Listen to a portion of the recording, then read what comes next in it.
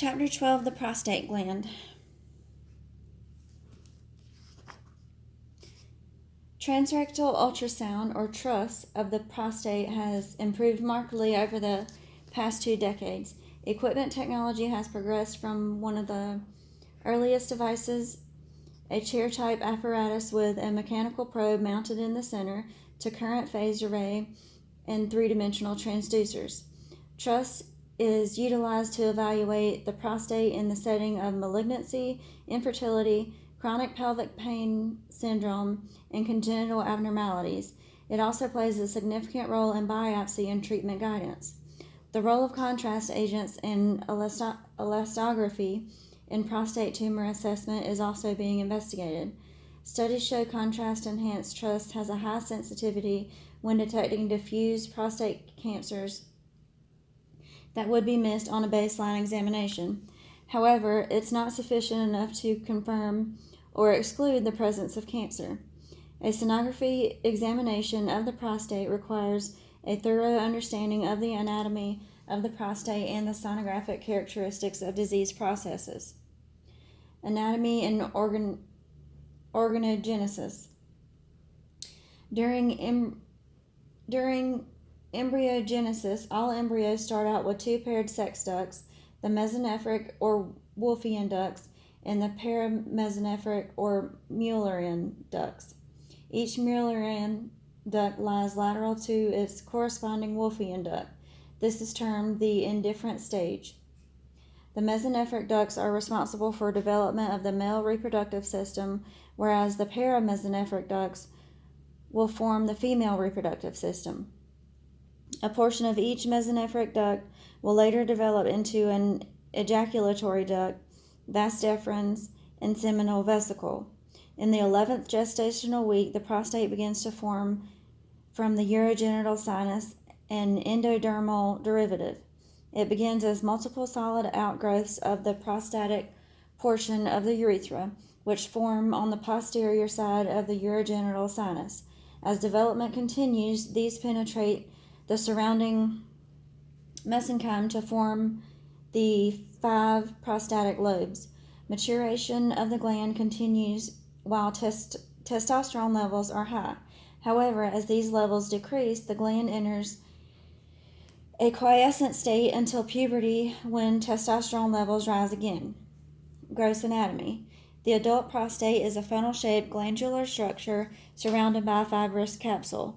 In a young adult, it weighs approximately 20 plus or minus 6 grams and measures on average 4 by 3 by 2 centimeters. The prostate is composed of glandular and fibromuscular tissue and surrounds the proximal male urethra. The cephalic portion of the gland is referred to as the base, and the caudal in the apex.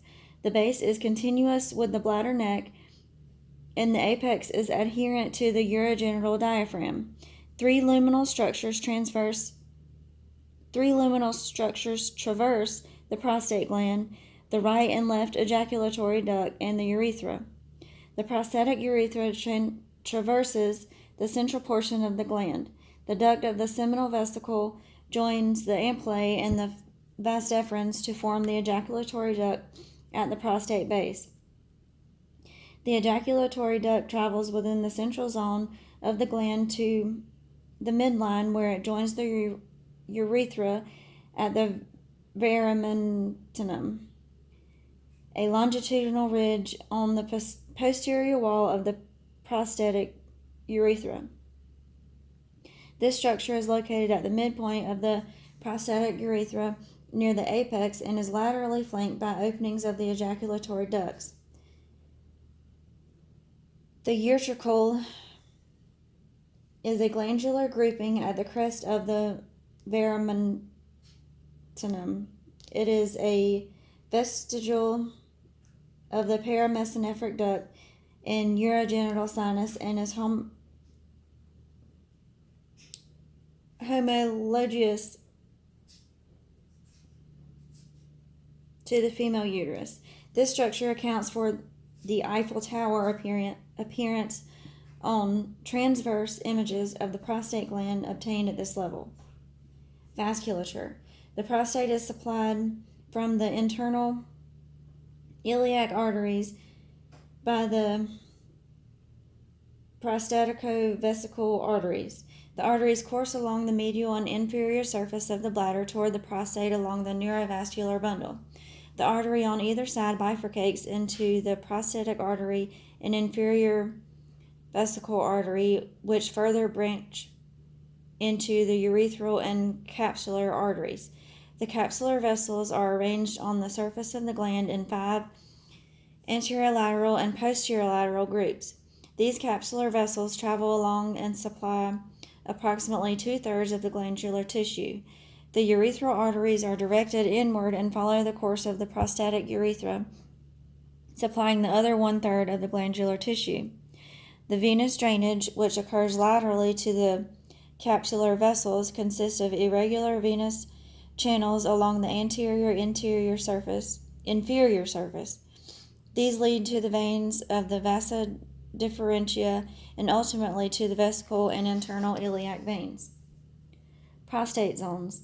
The urethra is the primary anatomic reference point, dividing the gland into an anterior fibromuscular portion and a posterior glandular portion. The glandular tissue accounts for 2/3 of the prostate and contains 4 zones.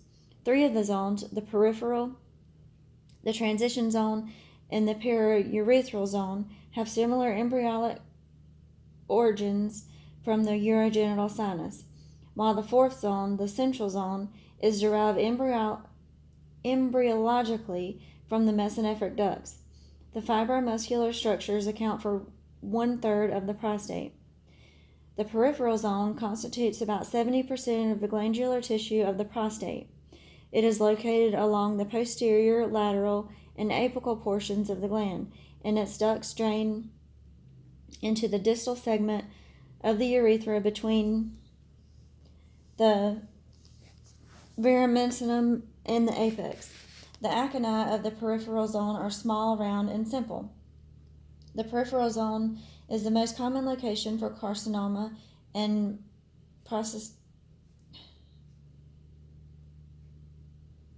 prostatitis, with approximately 70% of prostate cancer arising from this area.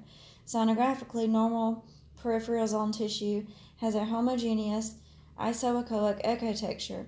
It can be delineated from the central zone by a thin hyperechoic band separating the 2 zones.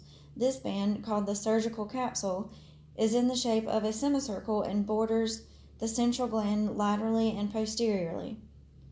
The central zone accounts for about 25% of the glandular tissue of the prostate and is located at the base of the prostate.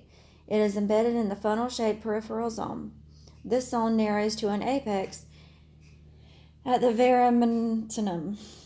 It surrounds the ejaculatory ducts and is located between the peripheral zone and the transition zone. Microscopically, the central zone acini contrast strikingly in appearance to those in the peripheral zone. They are large and have irregular contours with considerable intraluminal folds and ridges. These morphologic differences are what set the central zone aside from the rest of the glandular tissue and what presumably make it immune from most disease. The stroma is composed of long, tightly arranged muscle fibers that sweep around the acini. Only about 5% of prostate carcinomas arise in the central zone. Sonographically, the echogenicity of the central zone is normally greater than that of the peripheral zone. The transition zone accounts for about 5% of the prostate gland in a young man. It consists of 2 small lobules found lateral to the proximal urethral segment and is separated laterally and posteriorly from the outer gland by the surgical capsule. It follows the long axis of the urethra toward the bladder neck. The most caudal portion of this zone is the verumentinum. The acini comprising the transitional zone are similar in appearance to the peripheral zone. However, the stroma are much more compact. As the site of involvement by benign benign prostatic hyperplasia, or BPH, the transition zone may account for a much greater percentage of glandular tissue as men age. Also, because the transitional zone is a common location for BPH, sonographically it becomes more hyperechoic and visible. Approximately 20% of carcinomas occur in this area. The periurethral glandular tissue composes less than 1% of all prostatic glandular tissue and is embedded in the smooth muscle wall of the urethra. This region runs along most of the prostatic urethral segment. The ducts of this tissue open directly into the urethral lumen. Calculi often appear in this area and are thought to be secondary to reflux of urine in these ducts. The anterior fibromuscular stroma is a non-glandular region which is composed mainly of smooth muscle. It is continuous with fibers of the bladder wall and form the anterior portion of the prostate. Surrounding structures. The seminal vesicles are paired saccular structures that lie obliquely and caudally to the prostate. The seminal vesicles are reservoirs for seminal fluid that fluctuate in size and shape secondary to levels of sexual activity. When void of seminal fluid, they appear as curvilinear, hypoechoic structures that flare out laterally. When these structures fill with seminal fluid, they become large, ovoid-shaped cystic structures sonographically, often containing low-level echoes within the anechoic fluid. The ampulla of the vasa differentia are located adjacent and medially to the seminal vesicles. In cross-section, they appear as thick-walled, tube-like structures. The ejaculatory ducts are formed at the junction of the ampulla of the vasa differentia and the seminal vesicles. The prostate's posterior surface is anterior to the rectum and is separated by connective tissue called the rectovesical septum. The anterior surface is connected on either side to the pubic bone by the puboprostatic ligaments and is separated by a plexus of veins and fat. The anterior portions of the levator ani muscles cover the lateral surfaces of the prostate. Sonographic examination. Indications and contraindications. Indications for performing a sonographic evaluation of the prostate are wide-ranging and ever-expanding. The examination as a screening tool, however, is still the source of much controversy, particularly in its role of diagnosing prostate cancer. TRUS is often utilized in evaluation of patients with an abnormal digital rectal examination, or DRE. When a gland feels irregular, sonography is useful in identifying masses, cystic areas, or calcifications.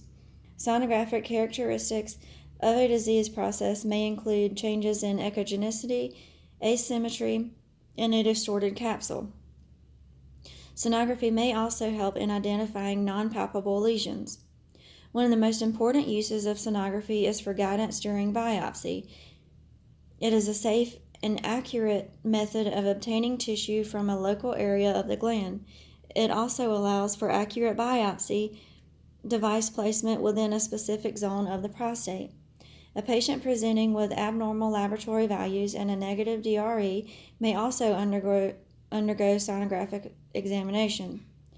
Prostate-specific antigen, or PSA, is the most common blood test utilized to identify men at increased risk of prostate cancer. PSA is a protein that is specific to the prostatic epithelium. The higher the value, the more likely malignancy is present. Clinical complaints of hematospermia, pain on ejaculation, dysuria, and perineal pain may also warrant a prostate sonography examination.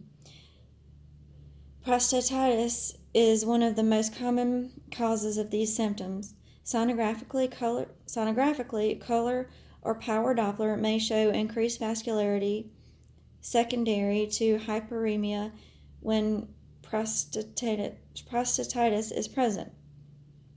The gland may also appear enlarged and less echogenic than usual. Prostatitis may appear as a focal or diffuse process. Sonography is also used to detect BPH, calculi, ejaculatory duct cysts, congenital cysts, or abscesses. Sonography BPH will demonstrate an enlarged nodular inner gland. The echotexture is heterogeneous and can contain cystic areas. Calculi appear as echogenic structures and can create a shadow artifact. Cysts and abscesses have a spectrum of sonographic appearances ranging from simple and anechoic to a more complex collection of fluid and debris. Infertility is another indication for TRUS. Male infertility may be related to a congenital abnormality such as agenesis or atresia of the seminal vesicles or ejaculatory duct obstruction secondary to a cyst, mass, or calcification. A few contraindications to TRUS do exist. Significant rectal lesions such as fissures, obstructing lesions, thrombus hemorrhoids, or prostatitis may prevent insertion of the rectal probe due to patient discomfort. Additionally, patients with these symptoms are at increased risk of bleeding or infection. Scanning techniques. In the early 1970s, a transabdominal approach to visualize the prostate through a full bladder was utilized. This offered limited information due to the limited resolution of low-frequency transducers used to penetrate deep enough to reach the prostate gland, and incomplete visualization of the entire gland. The endorectal approach provides close anatomic proximity to the pelvic organs, which results in improved resolution and visualization. Before beginning a TRUS, pertinent information should be obtained, including DRE and PSA results, or clinical symptoms associated with infection or BPH. TRUS should be performed with the patient's bladder empty to decrease discomfort. The patient is placed in a left lateral decubitus position with knees flexed toward the chest, similar to the fetal position. The transducer is then properly prepared by placing ultrasound gel within a probe cover and then placing it over the probe. There are both in-fire and side-fire transrectal probes utilizing a frequency of 6 MHz and higher. The transducer is then placed within the rectal cavity. When a biopsy is performed, an injection of 2% lidocaine just lateral to the junction of the prostate base and seminal vesicles will significantly reduce pain. By convention, the orientation of the endorectal scan is slightly different from that of a transabdominal scan and is crucial to understand. The sonography image is inverted so that the near field is at the bottom of the image and the far field is at the top of the image. In the transverse plane, the right lobe of the gland is at the left side of the image. The left lobe of the gland is on the right side of the image. On the sagittal plane, the base of the gland is at the left side of the image, and the apex of the gland is at the right side of the image. The rectal wall is in the near field, the urinary bladder is in the far field, and the prostate gland lies between these two structures. Sonographically, the normal prostate appears as a crescent-shaped structure under the bladder base with an intact capsule. It is symmetrical and surrounds the urethra. Both the shape and echotexture of the prostate should be closely evaluated. The capsule of the prostate should be smooth and without disruption, and the central gland should be contained within that prostatic capsule. Any disruption of this capsule deserves further exploration for pathology. The internal echo pattern is evaluated by slowly scanning through the gland, beginning in a transverse plane at the base of the prostate and moving inferiorly toward the apex. If a lesion is seen within the gland, it is important to discern where the lesion is located. Images are acquired in a transverse plane of the base, mid, and apical regions of the prostate. The base of the prostate is located superior to the verumentinum and has a half-moon shape. It is a homogeneous ecotexture and is isoechoic to surrounding tissue.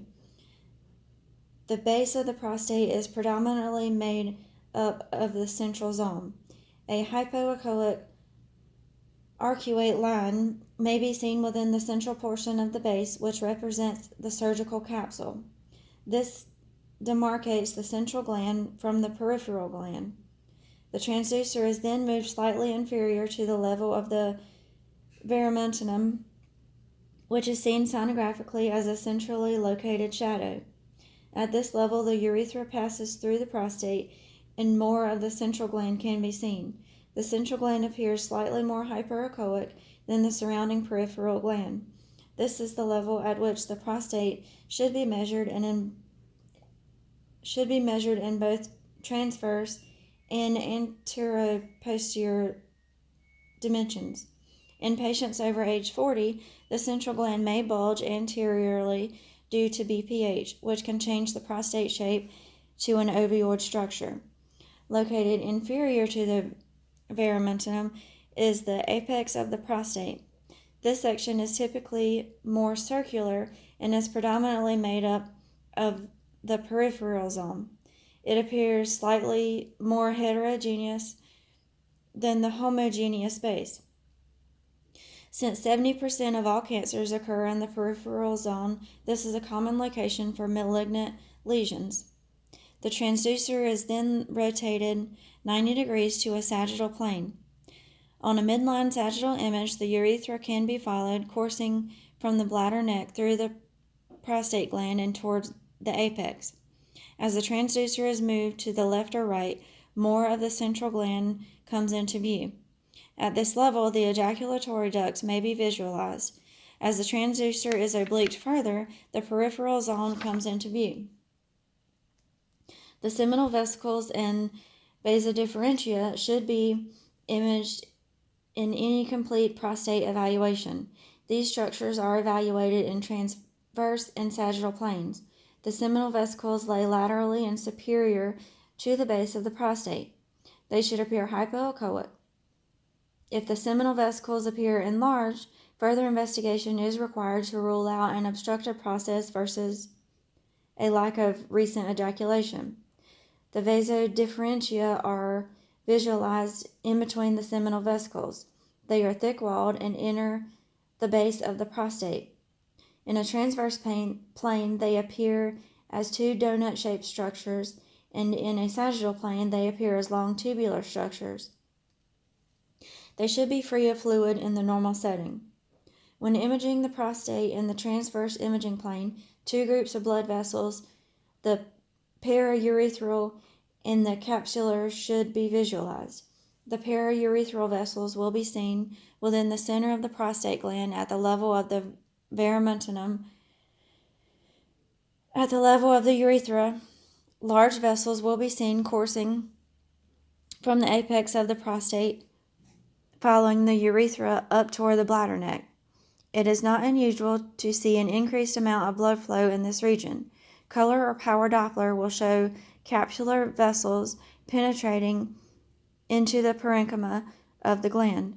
The vessels within the gland travel in a linear progression toward the center of the gland. Color or power Doppler should also be used